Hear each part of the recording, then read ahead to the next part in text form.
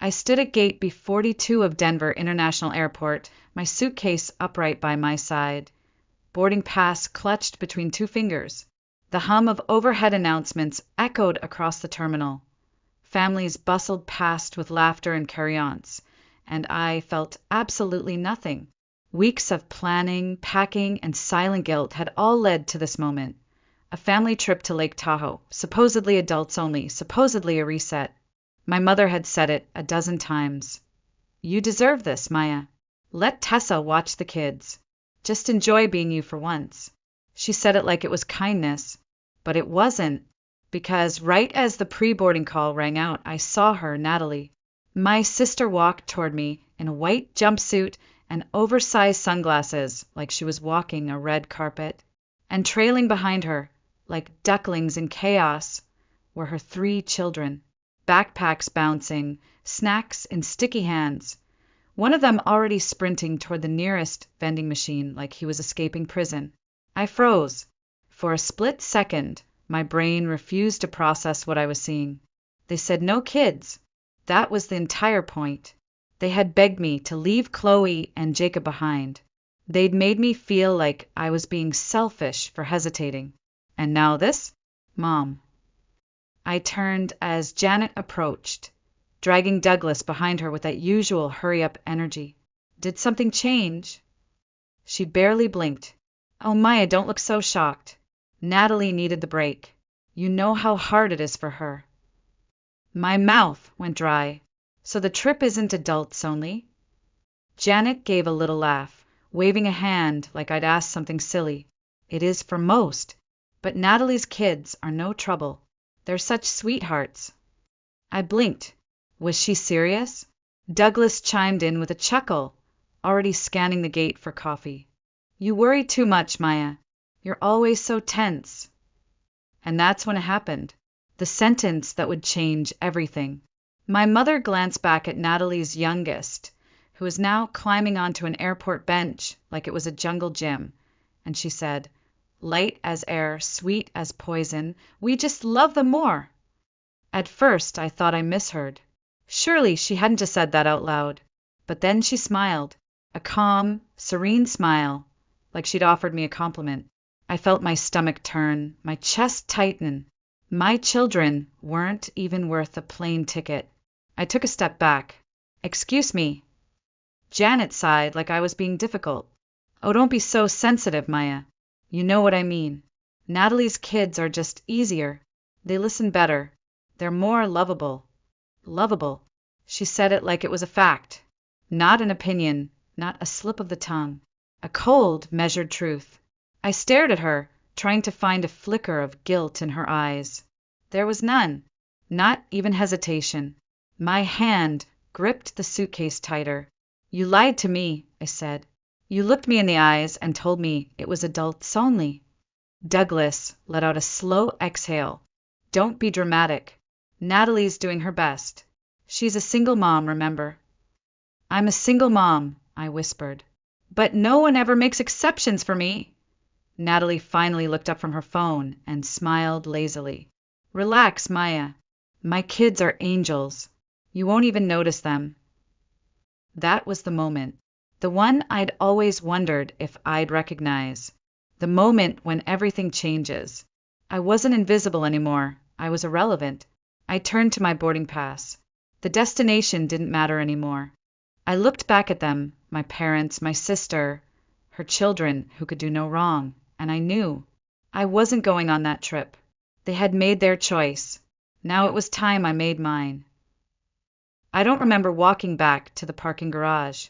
I must have looked like a ghost moving through the crowd, silent, distant, no longer tethered to the noise around me. I didn't even cry. Not yet. The anger hadn't taken shape, and the sadness hadn't landed. All I felt was a kind of numb clarity, like waking up from a long, disorienting dream where you'd convinced yourself you were loved. The engine hummed as I pulled onto Pana Boulevard, the Denver skyline shrinking behind me in the rearview mirror. My phone buzzed on the passenger seat. Mom, again. I didn't touch it. The city blurred past my windows, but all I could see were my children's faces. Chloe's bright eyes blinking sleepily when I kissed her goodbye. Jacob's little voice asking, "You'll call, right, Mommy?" I had promised I'd call. I had promised, because I thought this was temporary. Just a few days away. A chance to breathe, like they said. "You give too much, Maya," Tessa had told me. "You need a break before you burn out." I believed her. I believed them. And now I had left my children behind so that my parents could spend a luxury retreat with their real family. It wasn't just the airport. It wasn't just the lie. It was everything. Every birthday party where Chloe got a cheap plastic toy while Natalie's kids got new bikes. Every holiday where my kids were told to sit quietly while hers got praised for singing out of tune. Every time Mom would glance at me with that look, not quite disappointment, not quite contempt, just dismissal. I gripped the steering wheel tighter. The skin across my knuckles stretched pale. All this time, I thought I was imagining it. I told myself I was being insecure, jealous, overthinking. I let them guilt me into silence, because that's what good daughters do. That's what second-place daughters learn to do. They shrink so others can feel tall. But today they said it out loud. We just love them more. It wasn't a metaphor. It wasn't said in anger. It was a confession, a truth they had believed for years and had finally grown comfortable enough to stop hiding. I had spent nearly 4 decades trying to earn something that was never mine to win. I gave them everything, my holidays, my money, my time, and they repaid me with scraps of approval when it suited them. And now they had shown me, crystal clear, where I stood in their perfect little hierarchy. The truth sat like a stone in my chest. I wasn't just excluded from the trip. I was excluded from the narrative. I was the utility daughter, the responsible one, the background support, who held everything together so Natalie could shine in the spotlight. And my children, they were just footnotes in someone else's family photo. By the time I pulled into my driveway, the numbness had settled into something heavier. I killed the engine, sat in silence, and stared at the door I had walked out of just that morning, believing, foolishly, that my family saw me, that my parents valued me, that my children, in their eyes, were as cherished as Natalie's. I was wrong, and now I couldn't pretend anymore. The house was still when I stepped inside. Tessa had left the porch light on and a note on the kitchen counter in her careful handwriting. "Kids had dinner. All good. Call me if you need anything." I stood there for a long minute, the silence pressing in around me, heavier than the noise ever could have been. My suitcase, still clutched in one hand, unopened. My boarding pass, crumpled and forgotten in the other. Upstairs, I could hear the gentle rise and fall of little breaths. Chloe and Jacob were asleep. They had no idea what had happened, no idea how close I'd come to disappearing for days, or how close I had come to disappearing altogether. I sat at the kitchen table, staring at the blinking cursor on my phone. The screen glowed coldly, like it knew this wasn't just a message, it was a fracture, a final cut through flesh that had already scarred too many times. My heart pounded in my chest. My hand shook just slightly, but my mind was clear. I opened the Wallace family group chat, the same thread where my parents posted photos of Natalie's kids almost daily, the same thread where my children's names were barely mentioned unless I brought them up, the same thread I had stayed in for years out of guilt, out of hope, out of habit. I took a deep breath and began to type. I won't be coming on the trip, and I won't be part of this family anymore either. I paused. That could have been enough, but it wasn't. I've spent my entire life being treated like I was less, like my children were less. Today you said it out loud. You made it clear. That will never change. So I'm done. My thumb hovered over the send button. 1 second. 2. I didn't cry. I didn't rage. I just pressed it. Message delivered. I sat back in the chair, exhaling like I hadn't breathed in hours. The cursor blinked again, waiting for a reply that didn't come. Not yet. And I knew, if I waited, they'd try to twist it. So I didn't wait. I opened the contact list, blocked Janet, blocked Douglas, blocked Natalie, deleted the group chat, deleted every thread that began with "Can you help?" or "Be a good sister," and just like that, it was done. The severing wasn't loud. There was no dramatic shout, no slam door, just a phone gone still, and a woman finally reclaiming the silence. For the first time in years, I wasn't waiting for someone else's voice to tell me who I was. I went upstairs and peeked into my children's room. Chloe had one arm thrown across her stuffed unicorn. Jacob snored softly into his pillow. Their cheeks were flushed with warmth, peace, and something else, safety. They had no idea what I had just done, but I had done it for them, and for myself, for the woman I was tired of apologizing for the mother I'd fought to become without anyone's help. I closed the door softly and whispered, "No more." The next morning, I woke to nothing. No messages, no missed calls, not even a passive-aggressive group text from Janet about breakfast buffets or scenic overlooks. For a moment, I let myself believe maybe they understood. Maybe they read my words and finally saw me. But by the time lunch rolled around, the silence broke. The first call came from my mother. I watched the screen flash "Mom Mobile," the name glowing against the darkened background of my phone. I didn't answer. I couldn't. Not yet. An hour later, she called again. Then Douglas. Then both, within minutes of each other. By evening, I had 6 missed calls. Still no messages. No explanations. No apologies. Just that relentless buzz like they were knocking on a door they'd kicked me out of years ago. On the second day, the tone changed. Mom's voice finally arrived, not in apology, but in warning, dressed up as concern. "Maya, sweetie, let's be reasonable. You're overreacting. We need to talk." Then Dad. "Enough of this nonsense. Call your mother back." Natalie, unsurprisingly, chimed in too. "Seriously, Maya? You're mad about this? Grow up." I read them all in silence, my thumb hovering over the screen, tempted to answer, to explain, to argue. But what was left to say? They weren't sorry. They were just inconvenienced. They weren't reaching out because they missed me. They were reaching out because I had broken the pattern, and they didn't like that. I wasn't being a good daughter. I wasn't being predictable. On the third day, I almost cracked. I stood in the kitchen, reheating leftovers, when another message came through. My fingers trembled just a little as I opened it, heart pounding like maybe, this one would be different. "Maya, your father and I need help financially. We need to talk." I blinked. Read it again. There it was. The truth beneath all the noise. It wasn't about missing me. It wasn't about regret. It was about access. For years, I'd helped them, quietly, without fanfare, paid their late bills, lent money for repairs, covered holidays when things came up. I never questioned it. I just told myself this is what daughters do. This is what family does.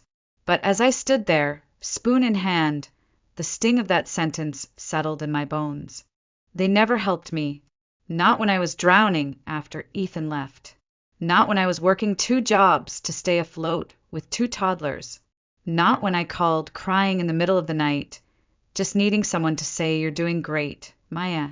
They were always too tired, too busy, too absorbed in Natalie's latest meltdown or Natalie's latest miracle. And now, after years of one-sided loyalty, they had the audacity to frame my silence as cruelty and their financial needs as my duty. I set the spoon down, walked to the living room, sat with my phone in my lap, and I didn't reply, because I finally understood something. They never loved me for me. They loved the version of me that was useful, quiet, dependable, convenient, and the moment I stopped being that, I became a problem.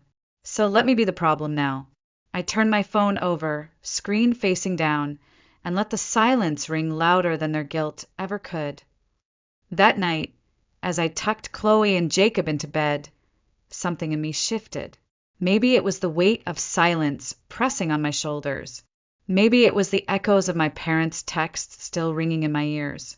Or maybe it was finally seeing the pattern I'd spent years trying to ignore. Because this wasn't the first time I'd begged to be seen. Ethan. His name came to me like a wound that had scabbed over, but never healed.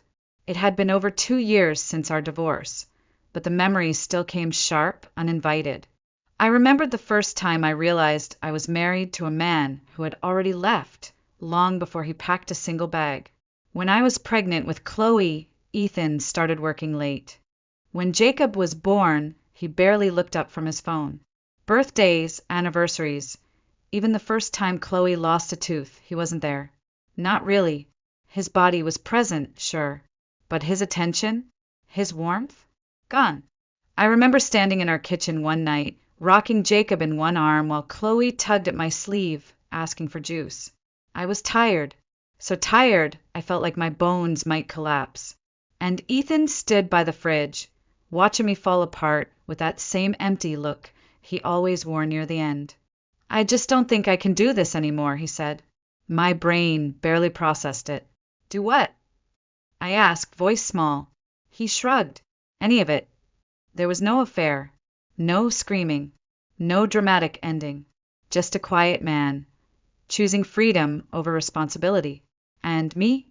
Left holding 2 children and a life I didn't know how to carry alone. For months, I woke up to silence and the weight of bills, meals, daycare drop-offs, client deadlines. I cried on the bathroom floor more times than I could count. But no one saw that version of me, not even my own family, because Natalie's divorce was messier, louder, more performative, and therefore more deserving of attention. I had survived that alone. And now, watching my parents weaponize silence the same way Ethan did. Ignoring my pain until they needed something, I saw it all for what it was. I had spent my entire life begging for love that should have been given freely. Ethan couldn't give it. My parents wouldn't give it.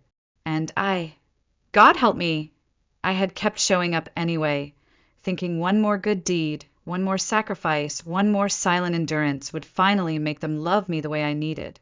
But it never came. And now, with the cold clarity of distance, I finally saw the truth. It was never about me being enough. It was about them never being capable. It didn't happen all at once. The healing, the clarity, the release. It started quietly, like a room after the guests have left, still humming with the memory of noise. For the first time in years, I wasn't checking my phone between meetings, hoping for a text that said, "I'm proud of you." I wasn't planning my schedule around family dinners that felt more like performances. I wasn't apologizing to anyone for being tired. I was just living. That Saturday morning, I made pancakes. Real ones, fluffy, golden warm. Not the box mix I usually slap together while yelling at Chloe to find her shoes and Jacob to stop licking the fridge. We danced in the kitchen. No reason, no music. Just Chloe spinning in her mismatched socks and Jacob drumming on the counter with a wooden spoon. I laughed. I actually laughed. It felt foreign in my mouth. Tessa walked in mid-spin, still in her hoodie from the night before, coffee already in hand. She leaned against the doorway and raised an eyebrow. "So this is the new you?" I flipped a pancake and smiled. "No, this is the me that was always underneath." She watched me closely. "You're really done with them, huh?" I nodded, but it didn't feel triumphant. It felt necessary.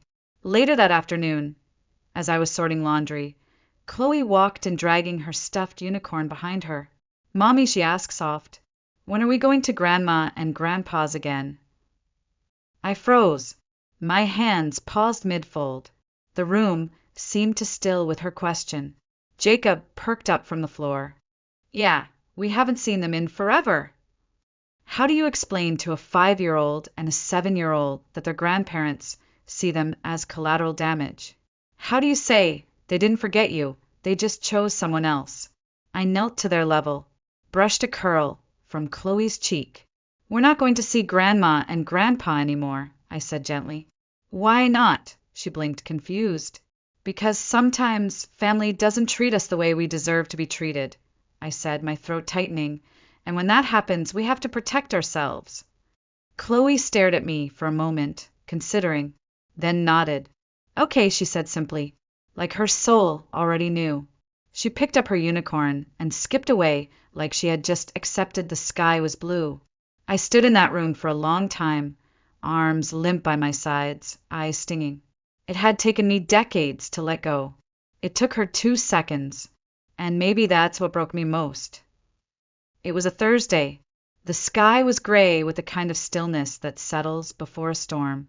I had just settled onto the couch, tea in hand, when there was a knock at the door. 3 short raps. Not urgent, not hesitant, familiar. I froze. No one ever just showed up at my house. I walked to the front window, slowly, peeked through the curtain, and felt my stomach drop. Natalie. Her blonde hair was swept into that effortless bun she always wore when she wanted to seem casual but put together. She was shifting her weight from one foot to the other, arms crossed, gaze bouncing between her phone and the doormat. I considered turning off the lights, pretending I wasn't home, but something deeper than spite pulled me toward the door, closure. I opened it, but didn't step aside. Natalie raised her eyebrows, mildly amused. Wow, no hello. I didn't respond. She sighed. Fine. I came to talk about Mom and Dad. I leaned on the frame. There's nothing to talk about. Oh, come on, Maya, she said, annoyed now. You made your point. You're mad. We get it. But they're still your parents. I let out a short laugh. No, Natalie. They were my parents. Until they told me, in the middle of a public airport, that they love your kids more than mine. She rolled her eyes. Oh, please. They didn't mean it like that. I locked eyes with her. They meant it exactly like that, I said quietly. And what's worse, you didn't flinch when they said it. You agreed, Natalie, with your silence. She shifted, finally unsettled. Look, she said, softening their hold. They don't always say the right things. You can't just cut them off forever. Can't I? I tilted my head, because that's exactly what I did.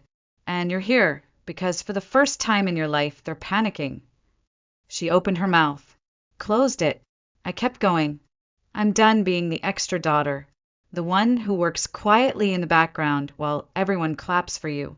I'm done pretending I don't notice how different the rules are for you and me. Natalie blinked. There was something in her eyes. Not guilt, not apology, just the faintest flicker of awareness. Like maybe, for a second, she saw the full weight of what she had benefited from and how much I had lost along the way.